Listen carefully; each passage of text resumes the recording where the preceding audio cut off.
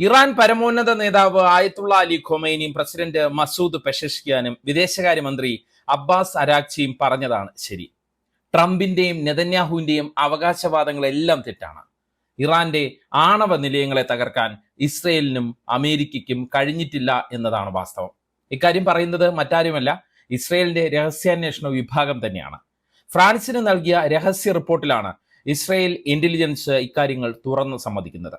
അതായത് ഇസ്രയേൽ ആദ്യം നടത്തിയ ആക്രമണങ്ങളും പിന്നീട് അമേരിക്ക നടത്തിയ ബങ്കർ ബസ്റ്റർ ബോംബ് ആക്രമണങ്ങളും വെറുതെ ആയെന്ന് അർത്ഥം.